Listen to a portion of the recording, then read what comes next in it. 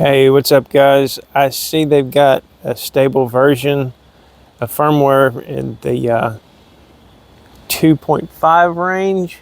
So I was waiting for them to do that before I went up there on the roof and pulled things down and rearranged stuff. One of the things that I wanted to do at that point was to take the Yagi down and just remove it from the antenna and amplify it, but have it like a handheld deal. So we're looking at the parts that are necessary for that. Some of them, I think I'll need like an adapter, an SMA adapter, but everything else is here, I think. But the issue is that I want to be able to have this amplifier so I can easily remove it from that and use it on other nodes, and have a print ready to where if I want to amplify something else, I can just bang out a print and put all my parts in it. Now I'm using this 2000 milliamp hour battery just because it's what I have and it's fairly close size to that. So what I think I'm going to do is I think I'm going to separate these, and this will be in one package and this will be in the other. This will be the power supply with our converter to get us up to 5 volts and our charger. So that'll be one package, and then this will be another package, and maybe I'll have some kind of way to fasten them together, or might use Velcro. Haven't gotten that far, but at least I've gotten as far as deciding that I want to have it in a power supply package by itself. That'll just make it more versatile when I want to move around the amplifier between nodes. I think I've got the first layer of it prototyped out, and I'll show you how this holds these components like so. And now I just need to make a second layer for the battery and run the wires out of it somewhere. Then I'll screw them together and this will be my power supply. Alright, I just got done adjusting the voltage on the MT3608. As you can see, we've got our battery run into those inside battery tabs, and then to our voltage out, to our voltage in, and then we've got our voltage out going to the amplifier pigtail, and that's how you wire that.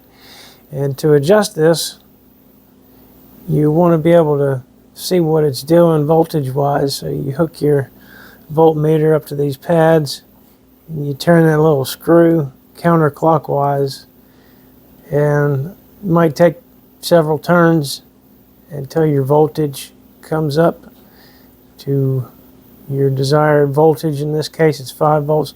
I don't really remember the range of these things, but you can use them with other than single lithium-ion cells. I'll leave a video on how you're supposed to do that when you're dealing with more voltage. Check for that in the description.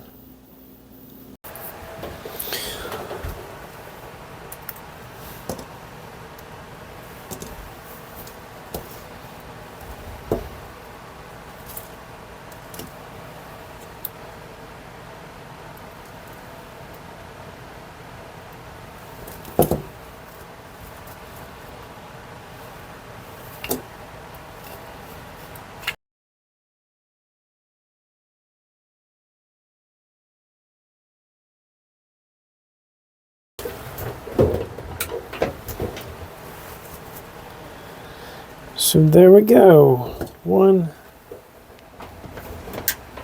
amplifier power supply. I'm just waiting on a connector for that, and then I can be able to swap this around to whatever I want. I got to thinking about this last night, and I remembered I have something, and it would be easy to adapt to have this housing clip onto it. So I'm changing out this part of it, and I'm going to leave all that in there for, you know, another box later on. But I'm changing this part, so all that stuff's glued in there, so I'm just building another one. So I figured I would show you the process for getting this up to 5 volts. So we're just going to turn this little screw until we get to 5 volts. We'll go counterclockwise.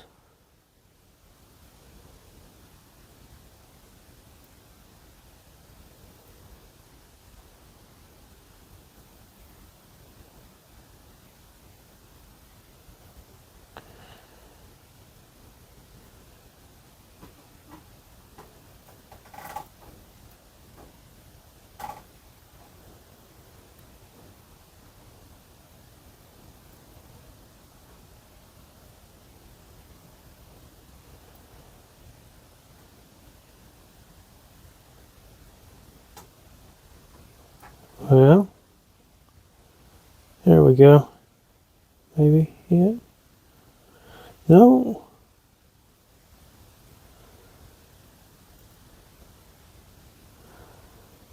Well, I'm going to try clockwise.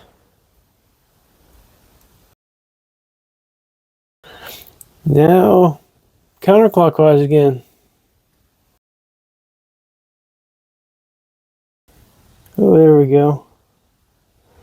It was counterclockwise, so now I'm going to dumb it back down.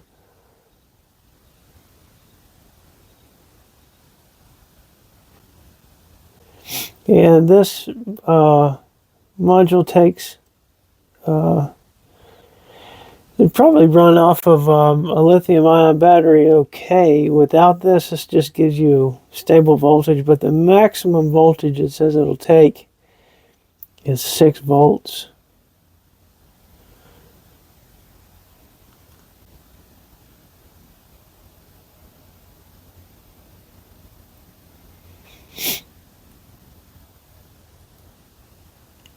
So that's good enough for me. This is a clip that Random Alley Cat came up with to go on her T-Beam Supreme case. And I was just playing around last night and I said, I wonder if I can adapt my box to that. It was about the same width. So what I did was I took both models and combined them in Mesh Mixer and printed it out. It's not perfect. You can see it. It's split where I put the screws in. But it's on there. And it's still vented if that's necessary or not. Yeah, so not perfect. I'd need to change something to prevent it from splitting if I wanted to do it again. But I had to print it. It did that because of the print orientation, and I had to print it in this orientation because if I didn't, these clips would break.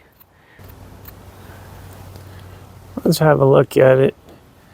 It's definitely not the most robust setup. It's not something you'd want to be carrying around on your person, but it is working. It's connected and working. You know, good for a stationary node to be a router or whatever. Some things to be aware of when you try to flash these nodes and they have an amplifier connected to them. They don't want to flash. They don't want to connect to a PC. I don't know how they do over Bluetooth. I don't think they connect over Bluetooth either with an amplifier connected. Just something to be aware of if you get one of these and are having that problem. What you need to do is just take the amplifier out of the equation and put a regular antenna on it. And also, when you flash one of these and put your amplifier back on it, if you don't beforehand go in and change your power setting in the lower settings to where it needs to be, it will default to 22 dBi when the maximum input for that amplifier is only 20 dBi. And I noticed the same thing happen flashing firmware on the Station G2. You flash it and then it'll leave you at like 30 dBi, and that's not within the parameters of the Station G2. You need to have it back to 10 if you want it to be outputting 1 watt. But like I say, it doesn't remember that setting, and you could possibly damage your radio if you don't, or your amplifier, if you don't go through there and change it to the necessary setting before you connect your amplifier. All right, guys, that's it for this one. See y'all later.